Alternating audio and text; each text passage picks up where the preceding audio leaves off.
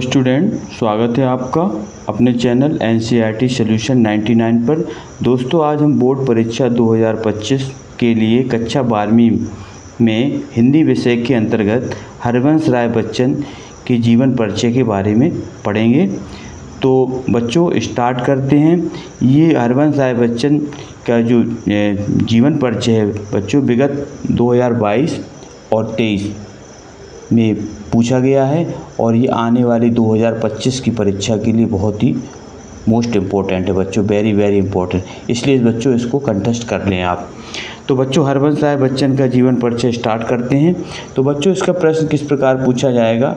इसमें बच्चों 2 रचनाएं पूछी जाएंगी, इसका भाव पक्ष और कला पक्ष और साहित्य में स्थान। तो बच्चों स्टार्ट करते हैं। तो बच्चों, हरवंश राय बच्चन का जन्म 1907 को हुआ था और इनकी मृत्यु हुई थी बच्चों 2003 में। इनका बच्चों जन्म स्थान है इलाहाबाद प्रयाग। बच्चों, इसका प्राचीन नाम इलाहाबाद था और वर्तमान में इसका नाम बच्चों प्रयागराज है। इसके बाद आगे बच्चों इनका भाव पक्ष और कला पक्ष। भाव पक्ष में बच्चों क्या दिया है, हरवंश राय बच्चन हालावादी कवि हैं। हालावादी बच्चों एक वाद है जो कि प्रेम और मस्ती का काव्य कहलाता है और इसके प्रणेता बच्चों हरवंश राय बच्चन। इनकी कविताओं में प्रेम और सौंदर्य एवं सामाजिक चेतना की भावना पाई जाती है। इनके साहित्य में मानवतावाद के भी दर्शन होते हैं। इनकी भाषा शुद्ध है बच्चों। साहित्यिक खड़ी बोली का प्रयोग किया है इन्होंने। संस्कृत के साथ साथ इन्होंने उर्दू, फारसी और अंग्रेजी शब्दों का भी प्रयोग किया गया। इनके काव्य में उपमा, रूपक, अनुप्रास, श्लेष आदि अलंकारों का प्रयोग हुआ है। तो बच्चों, ये उनका भाव पक्ष और कला पक्ष है। इनकी जो भाषा है वो साहित्यिक खड़ी बोली है बच्चों, और इसमें संस्कृत के साथ साथ इन्होंने कुछ उर्दू, फारसी और अंग्रेजी के शब्दों का भी प्रयोग किया है बच्चों। इसके बाद इनकी रचनाएं हैं। रचनाएं बच्चों इनकी दी हैं। पहली रचना इनकी मधुशाला। इसका प्रकाशन वर्ष है बच्चों 1935। मधुशाला बच्चों, इसका प्रकाशन वर्ष 1935।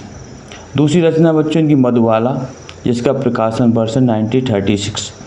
तीसरी रचना बच्चों मधुकलश, इसका प्रकाशन वर्ष 1937। चौथी रचना बच्चों इनका निशा निमंत्रण, इसका प्रकाशन वर्ष 1938। और 5वीं रचना बच्चों एकांत संगीत, इसका प्रकाशन वर्ष 1939 है। तो बच्चों ये इनकी प्रमुख रचनाएं हैं। परीक्षा की दृष्टि से बच्चों 2 ही रचनाएं पूछी जाती हैं, परंतु मैंने यहाँ 5 रचनाएं लिख दी हैं, आप इनको याद कर लें। इसके बाद बच्चों इनका साहित्य में स्थान क्या है।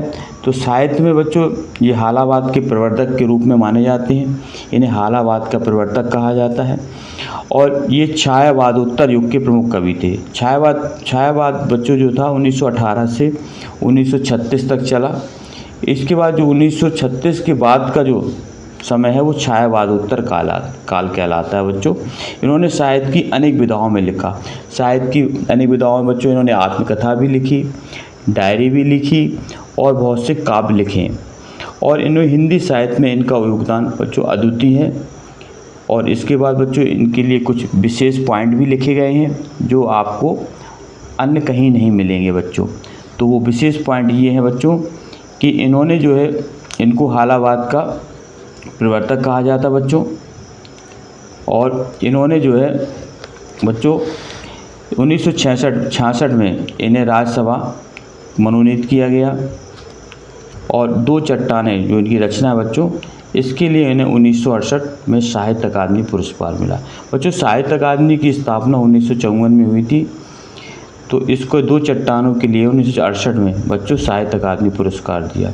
तो बच्चों आई होप आपको इनका जीवन परिचय या इसी को साहित्यिक परिचय कहते हैं समझ में आ गया होगा।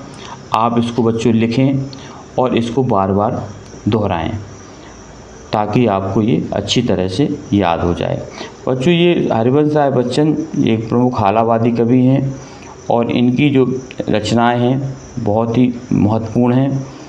और बच्चों इन्हें आप याद करें।